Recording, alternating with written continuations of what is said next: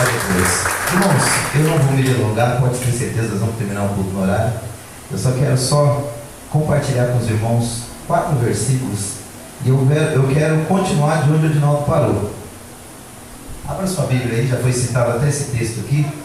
Mateus capítulo 6, versículo de número 31 até o versículo de número 34. E diz assim, ó: não andeis, pois, inquietos, dizendo: que comeremos, ou que beberemos, ou com que nos vestiremos?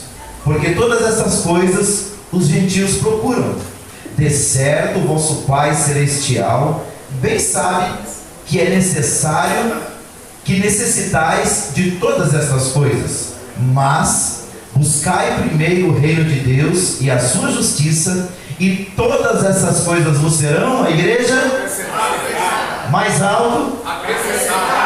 34. Não vos inquieteis, pois, pelo dia de amanhã, porque o dia de amanhã cuidará de si mesmo. Basta a todo dia o seu mal. Amém? Pai, dá-nos uma palavra para nesta noite entregar para a tua igreja. É o que eu te peço no nome de Jesus. Amém. Irmãos, antes de pregar, eu pediria que o nosso irmão Juarez, a nossa irmã Elielda e o Mateus fiquem de pé, por favor. Irmãos, essa família, eles, um pouco antes da pandemia, né? Eles estiveram conosco aqui em alguns cultos, manifestaram o desejo de congregar conosco, mas por motivo de força maior não ficaram. E há um mês mais ou menos atrás eles me procuraram, disseram que querem congregar aqui conosco, e no culto de hoje eles estão entrando em comunhão aqui com a igreja no culto de Santa Ceia. Amém? Eles são bem-vindos? Sejam bem-vindos em nome de Jesus. Vamos de novo? Sejam bem-vindos em nome de Jesus. Vamos aplaudir o Senhor pela vida deles. Sejam bem-vindos, queridos. Essa é a vossa casa, amém? Ainda temos aí muitos irmãos viajando, mas nós continuamos aqui dando glória a Deus e fazendo a obra do Senhor. Irmãos, por que eu falei que eu vou continuar de onde o evangelista Edinaldo parou? O Edinaldo, os irmãos conhecem a história dele, todos nós aqui conhecemos, o quanto de dificuldade que passou na sua vida nos últimos anos, e ele mesmo já contou para nós uma parte do seu sofrimento. Mas tudo mudou na vida dele, e muda na vida de cada uma das pessoas quando nós tomamos uma atitude. Você lembra da parábola do filho pródigo? O filho pródigo tinha de tudo, perdeu tudo e voltou a ter tudo. Não é essa a história? Esse é o resumo da história dele. Mas aonde que está aí a queda e a restauração do filho pródigo? Em uma atitude. Quando ele perde tudo, é porque ele vai até o pai, ele acha que a casa do pai é ruim, né? Porque às vezes acontece na nossa vida justamente isso. A gente diz assim: eu era feliz e não sabia, né? Então o que acontece? Ele era feliz e não sabia, ele achava que a casa do pai não estava bom. Então qual que é a lição que ele toma? Eu vou embora, pego minha parte da herança. Já peguei umas aulas de educação financeira no YouTube, né? Se fosse hoje eu diria isso, né? Já fiz uns cursos aí de marketing digital, né? Tem um coach aí da hora que me deu umas dicas e ó, vou ficar rico. Meu pai não sabe de nada. Foi lá, colocou o pai contra a parede e pediu herança. Irmãos, alguém já ouviu falar de herança entregue para filho em vida? Quem já ouviu? Quando é que você passa herança para o filho? É quando você morre, né? Você passa através do testamento. Pode ser que alguma coisa você dê para o filho em vida, para ele administrar, até para ele aprender a lidar com a situação, mas a herança é dada quando a gente morre, né? Apesar que tem uns aí que torcem para o pai morrer, né, vai pegar a herança. Mas a própria lei hoje protege, né? Então o filho pródigo vai lá e pede. O pai não é obrigado a dar. Mas o que o pai faz? Com certeza, dentro da parábola de Jesus, ele não dá muitos detalhes disso. Ele diz que o filho pede, o pai dá. Mas vamos ilustrar isso. Qualquer filho que vem pedir uma coisa para o pai que não é boa para ele, o pai vai dar? Sim ou não? Não. Então, vamos imaginar. É bem provável que se essa história fosse uma história verídica, não é verídica porque Jesus falou que era uma parábola, né? Era uma comparação, uma analogia criada para ensinar uma nota moral. O que acontece? É bem provável que esse filho insistiria muito, até que o pai toma a decisão de tanto o filho insistir: tá bom, já que você quer, tá aqui. E o filho vai embora. E a história vocês conhecem, ele desperdiça tudo que ele tem, né? A ponto e desperdiça da pior maneira possível. A Bíblia diz que ele desperdiça com as meretrizes. Ele gasta tudo. Porque o outro filho dele, o outro irmão dele, quando vê a festa lá que ele voltou, ele fala assim: esse seu filho que foi embora desperdiçou a sua herança com as meretrizes. Então ele sabia da fama do irmão, ele sabe como é que o irmão gastou o dinheiro, e desperdiçou tudo, e ficou sem nada. Então, o que trouxe ele até aquele momento de caos foi uma atitude, e aquela atitude foi gerando outra atitude, e é o que diz em Salmos: um abismo gera outro abismo. E ele foi descendo, até que ele chegou no ponto que ele queria comer alfarrobas, comida de porcos, e ninguém lhe dava nada. E aí ele teve um estalo, como o Edinaldo citou, como eu também tive esse estalo lá em 29 de agosto de 1993, depois de 6 anos fora da igreja. Deu aquele estalo, eu pensei: peraí, na casa do meu pai, os servos dele, os empregados dele têm fartura de alimento, e eu aqui padeço necessidade. Levantaram-me e voltei para o meu pai. Vou dizer para ele: pai, peguei contra ti, não sou digno mais de ser chamado seu filho, mas me recebe pelo menos como um dos seus empregados. Ele sabia que a vida do empregado do pai dele era muito melhor do que a vida dele como independente. Então, o que destruiu a vida do pródigo na parábola foi uma atitude, mas o que mudou a história dele também foi uma atitude. Então, todos os dias nós temos diante de nós, irmãos, os dois caminhos: o caminho estreito, o caminho apertado, e a porta apertada, que segundo Jesus nos conduz à salvação. Mas ali especificamente ele estava falando de salvação eterna. Mas vamos levar isso para o sentido genérico da vida. Irmãos, tudo que é bom, tudo que é legal, tudo que é moral, tudo que é lícito, tudo que vai trazer para nós um benefício é estreito, irmão. Já prestou atenção nisso? O caminho das coisas fáceis, ele está sempre amplo, ele está sempre aprazível, ele está sempre próximo de nós, e todos os dias nós temos que fazer mini escolhas, mini decisões, né? Mini atitudes que na somatória de um mês, de um ano, de uma vida, vai nos levar a um destino. Seja um destino eterno com Deus, ou seja um destino eterno sem Deus. Só que antes de chegar lá, a gente pode ter uma vida top, como diz os jovens, top das galáxias, ou a gente pode viver um verdadeiro inferno. Sim ou não? Tudo baseado nas nossas decisões e nas nossas escolhas. E é disso que o texto de Mateus capítulo 6 fala. Porque ele fala que quando nós nos preocupamos exageradamente com as coisas desta vida, o que acontece? Entra no nosso coração, que já foi falado muito bem aqui, a coisa chamada ansiedade. Ansiedade é mente no futuro e corpo no presente. É nós estarmos divididos. E não é errado planejar o futuro. Jesus ensinou sobre isso. O rei vai para a guerra, ele tem que sentar com seus conselheiros e saber quantos soldados ele tem. Ele tem que avaliar quantos soldados tem no exército inimigo. Se ele vê que vai ser massacrado, peça paz, bandeira branca. Vai levantar uma torre, vai no depósito material nos irmãos Amorim, eu compro 12 vezes, agora é 10, né? E faz um orçamento para ver se dá para levantar a casa. Para não acontecer de você levantar as paredes e depois não poder bater a laje, ou nem colocar uma telinha brasilite, né? Ele fala de planejamento. Irmãos, a vida espiritual, a vida familiar, a vida ministerial, a vida conjugal, estou citando aqui várias vidas, mas é uma vida só, mas são várias áreas. É planejamento, irmãos. É planejamento. Tudo é planejamento. Só que é um planejamento colocando quem em primeiro lugar? O reino de Deus. 6,33. Você planeja, como foi bem falado pelo pastor Marcelo, o reino de Deus vira uma prioridade, e a Bíblia fala que o reino de Deus é uma prioridade, e as outras coisas vão se organizando. Põe qualquer coisa em primeiro lugar. Primeiro lugar, minha família. Beleza, põe a família.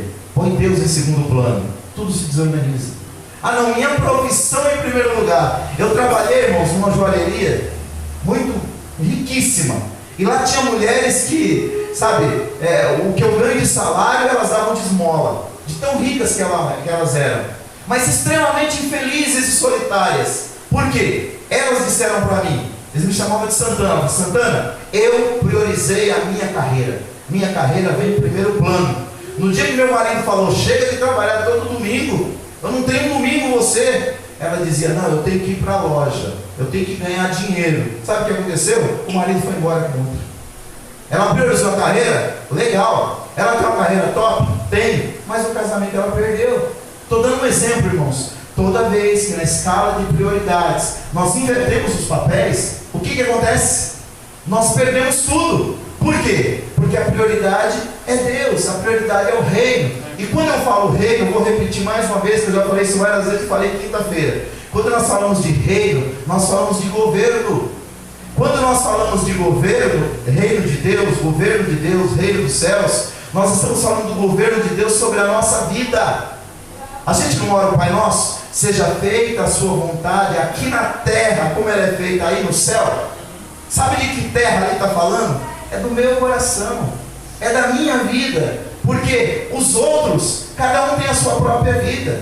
Então quando eu oro, seja feita a sua vontade assim na terra, como é feita ali no céu Deus é desobedecido, irmão? Sim ou não?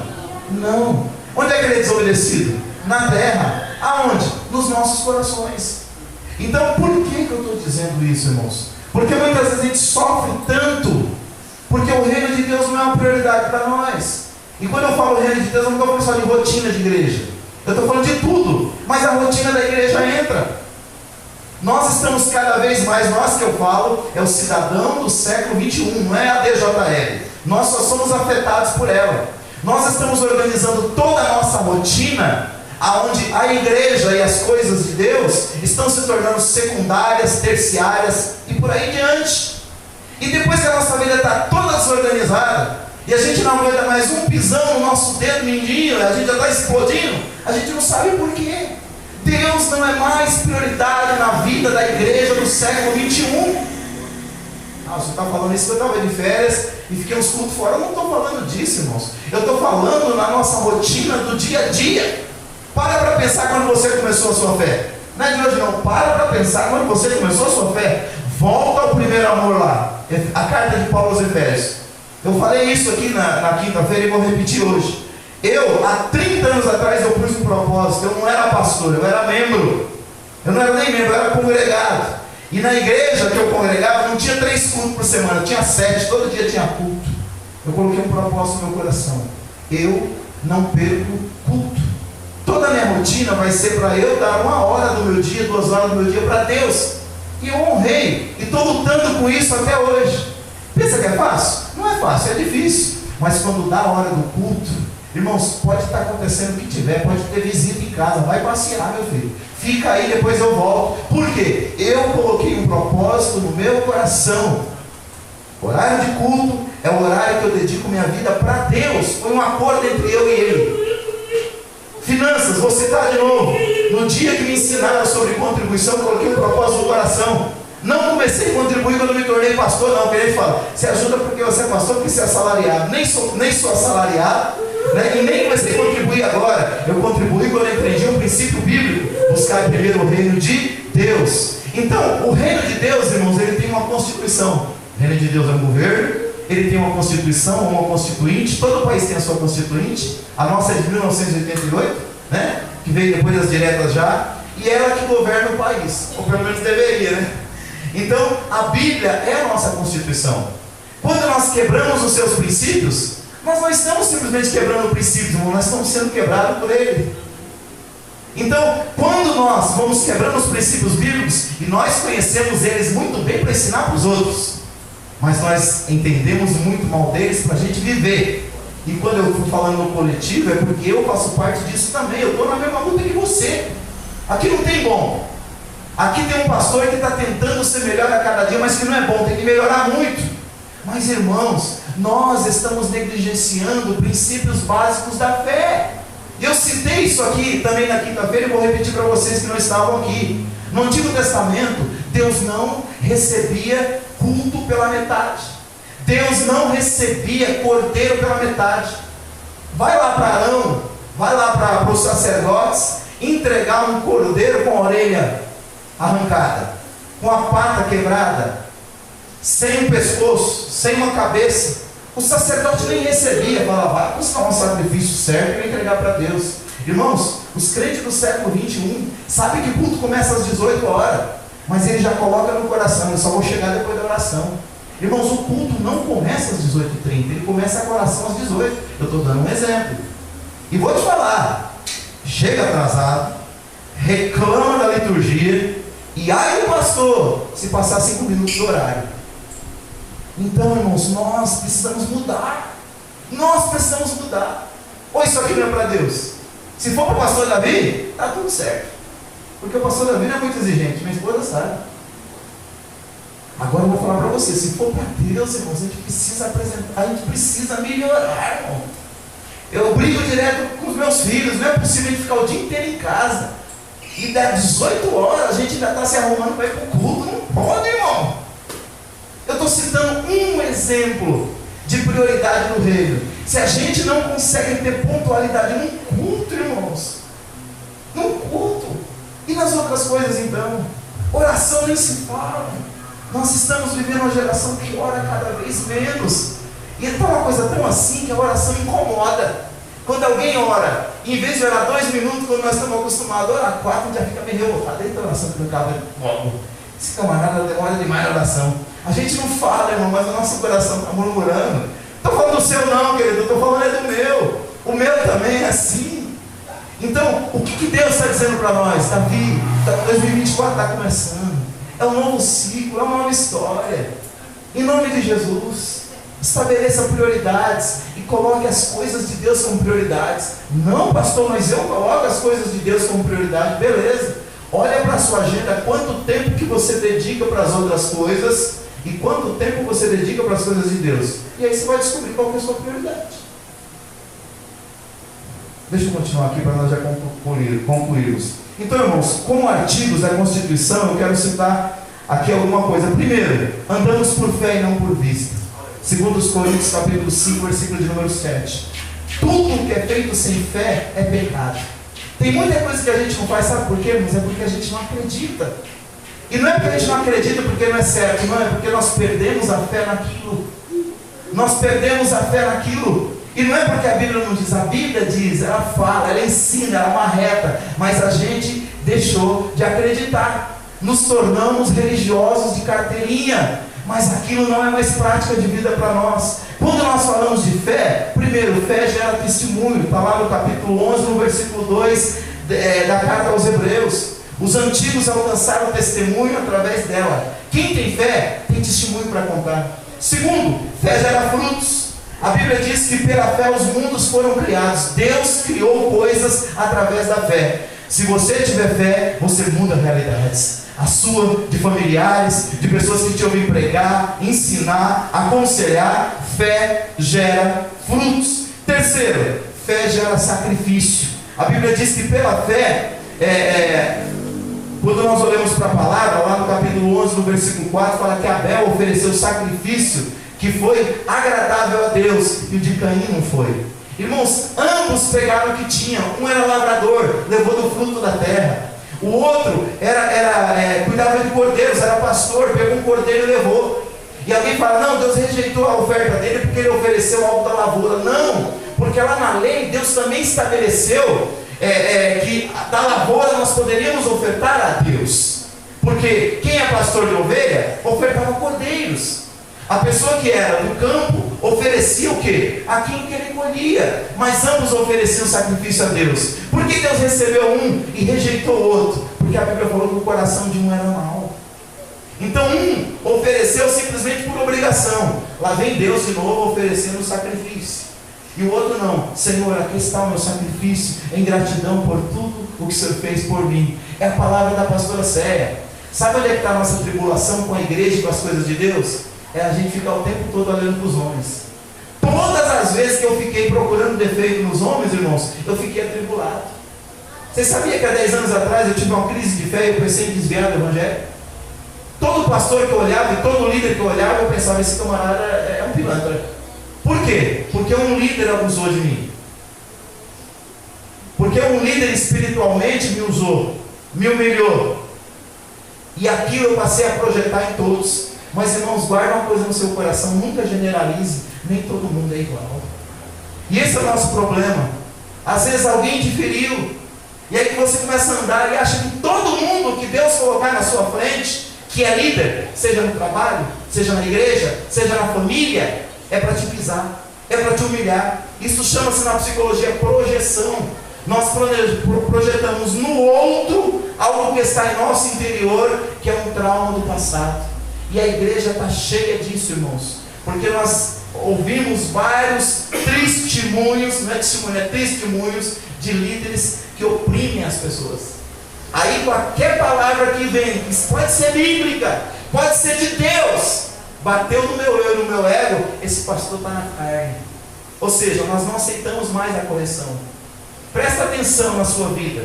Os pais que corrigem são aqueles que mais não são vistos como legais pelos filhos, mas no futuro se tornam aqueles que são referências. Os pais legais, descolados, a psicologia diz isso, geralmente são os piores pais. Por quê? Deixa o filho fazer de tudo. O pai que diz não pode, o caminho é esse, ele é um pai chato, é uma mãe chata. Por quê? Porque quer o bem e não vai deixar o filho fazer tudo errado. Irmãos, você como chefe do seu departamento pessoal, você é um líder e você é uma autoridade de Deus lá. Se você deixar as pessoas fazer o que quiser, você está quebrando um princípio de Deus. Então nós como líderes cristãos, muitas vezes, somos chatos, somos enjoados, é porque a gente está tentando mostrar o caminho certo. Porque para mostrar o caminho errado, irmão, já tem a Globo, já tem tudo quanto é tipo de emissora aí, já tem a internet. O que a gente precisa? Chegar na igreja, irmãos, não é só palavra de avisar nosso ego, não. Muitas vezes Deus vai nos confrontar, porque Ele quer nos abençoar, irmão. Se o filho pródigo estivesse comendo alfarrobas, desejando comer alfarrobas, e alguém chegar, você está bem, você está bem, você está bem, será que ele ia sair de lá? Não. Ele caiu em si porque ele entendeu a sua realidade. A função do pastor, irmãos, a função do líder de departamento não é te agradar, não, é falar o que você precisa ouvir, e muitas vezes você não gosta. E sabe por que você não gosta? Porque a vontade de Deus é boa, é perfeita e é agradável quando nós estamos no Espírito, irmão. Quando a gente está na carne, ela machuca, ela mexe, ela remói, mas é para mudar a tua história, rapaz. É para mudar a tua história, minha irmã. É para que Deus seja tudo aquilo que Ele quer ser na tua vida. Então assim, quando a gente quer um pastor, uma igreja que massageia o nosso ego, a televisão está cheia, irmãos. Essa igreja aqui estaria saindo crente pelo ladrão. Se a gente estivesse aqui fazendo promessa de chave, de carro e de campanha, irmão, estava lotado. Mas a gente está tentando ir para o céu, irmãos. A gente está tentando um dia ver a face do meio do Nazareno, irmão. A gente não quer que brincar de igrejinha. E daqui 20, 30 anos Jesus voltar, a trombeta tocar, e o Zé Mané do pastor Davi ficar aqui, e vocês ficar aqui tudo junto com ele, para ser marcado aí pelo anticristo. Não, a gente quer chegar no céu. E para chegar no céu, muitas das vezes o pastor Davi vai dizer, você está errado, rapaz. Você tem que vir para a igreja, você tem que orar, você tem que ler Bíblia, você tem que parar de adulterar, você tem que deixar a fornicação, você não pode viver essa vida. Não pode, irmãos. Por quê? É o confronto da palavra que nos sara. Mas o mesmo confronto que nos sara, irmãos, é o que nos endurece. Porque é assim. O fogo e a água, dentro do seu tempo, ele amolece ou ele endurece o ferro. Se for fora do seu tempo, endurece. Então, quando a gente ouve a palavra e a gente endurece o nosso coração, nós vamos sendo cauterizados. Chega uma hora que Deus não fala mais conosco. E não é que Ele não fala, é que a gente não escuta mais. Ô irmãos, eu vou falar que nem Paulo, eu estou extremamente zeloso de vós. Eu não estou preocupado com uma igreja cheia é consequência. Mas eu quero chegar no céu. Eu quero que você chegue junto comigo. Amém. Para dessa besteira de ficar vendo defeito em tudo e em todos. Venha adorar a Deus. Ah não, mas eu não gosto. Você já prestou atenção que as coisas que você não gosta aqui é as mesmas que você não gostava lá e as mesmas que você não gostava na outra? O que eu não quero dizer com isso? Se você mudar mais 10 vezes, as mesmas coisas estarão lá. Por quê? É o mesmo ser humano que está lá, irmão. Aonde vai o ferro murcho. Não existe igreja perfeita. Não existe. Por quê? Porque ela é feita de seres humanos imperfeitos. Você chega numa igreja que nem namoro, irmão. Quando você está namorando, você só vê coisa bonita. Eita, mas que essa mulher é bonita. Eita, que ela é cheirosa. Eita, que o cabelo dela é lindo. Por quê? Você só está focado nas características boas. Aí rola uma química, você vai lá falar com o pai dela, pede namoro, casa. Aí depois que você casa, irmão, você fala, meu Deus. Tem uma conversa que diz assim, que quando nascia um menino, os antigos diziam assim, nasceu um burro. Aí quando nasceu uma menina, falava, nasceu a carga do burro. É brincadeira, irmãos, estou brincando. Mas o que eu estou querendo dizer é o seguinte, irmão, nós somos xarope. Nós somos xarope por natureza. E o que acontece? Aonde a gente vai, a gente vê dificuldade. Por quê? Porque as dificuldades são intrínsecas do ser humano. E se a gente ficar focado nisso, sabe o que vai acontecer? Nós vamos patinar aqui, nós vamos comemorar o mês que vem, o nono aniversário da igreja. Nós vamos comemorar mais 9 e mais 9 e vai continuar desse jeito. Sabe quando é que a coisa vai mudar?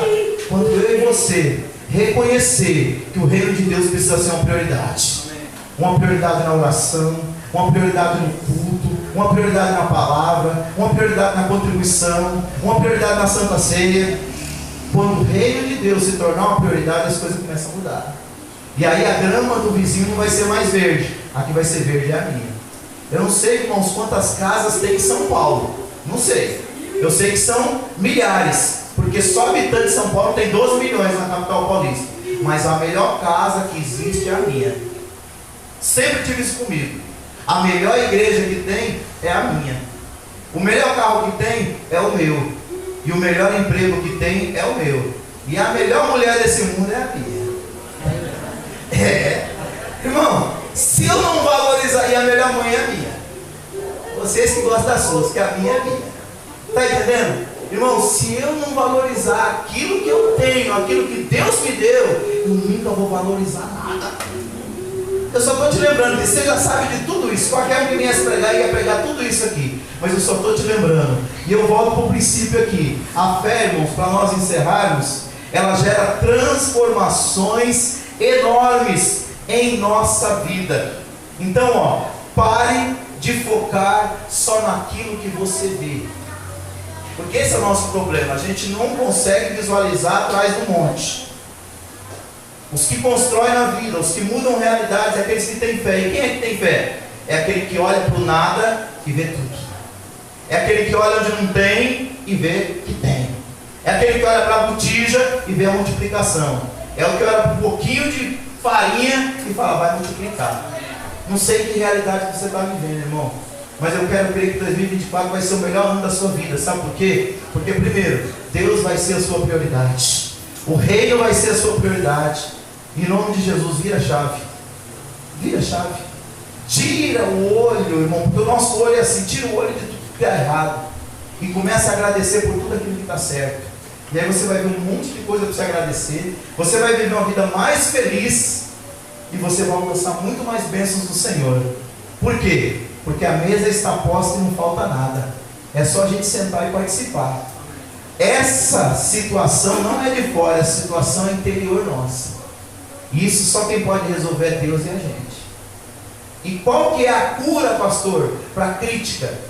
A cura para a crítica é a gratidão. Quanto mais você agradecer, se você olhar para o seu marido ou para a sua esposa e ficar procurando defeito nele ou nela, você vai encontrar um monte. Quando você começar a agradecer por todas as características boas que ele ou ela tem, sabe o que vai acontecer? Você para de reclamar. Amém, irmãos? Teria muito mais o que falar para vocês nessa noite, mas em nome de Jesus, estabelece prioridade. Deus, o que Ele quer é o seu coração, porque se Ele tiver o seu coração, Ele vai ter tudo. Agora, se Ele não tiver o seu coração, infelizmente, Ele não vai ter nada. Então, em nome de Jesus, que 2024 seja um ano para você priorizar o reino de Deus. E aí, agora já é um pedido do pastor Davi, nesses dois quesitos, muda a atitude. Em vez de você reclamar de quem não veio, vem. Em vez de você reclamar de quem não contribui, contribua. Vou me esforçar, vou me dedicar e vou ajudar a fazer a diferença nesse lugar. É assim que eu tenho conseguido caminhar com Jesus 30 anos. E é esse conselho que eu estou dando para você. Vontade de parar? Eu falei outro dia lá na casa do Marcelo. Vem todo dia. Mas o meu olho não está nas coisas que não está dando certo. Está em Jesus, aquele que me amou primeiro e que entregou a sua vida por mim. Está nas ovelhas e nas vidas das pessoas que Ele deu para eu de alguma forma ajudar, cuidar, auxiliar, ensinar. Isso me dá força todo dia. Amém? Se coloca de pé em nome do Senhor Jesus.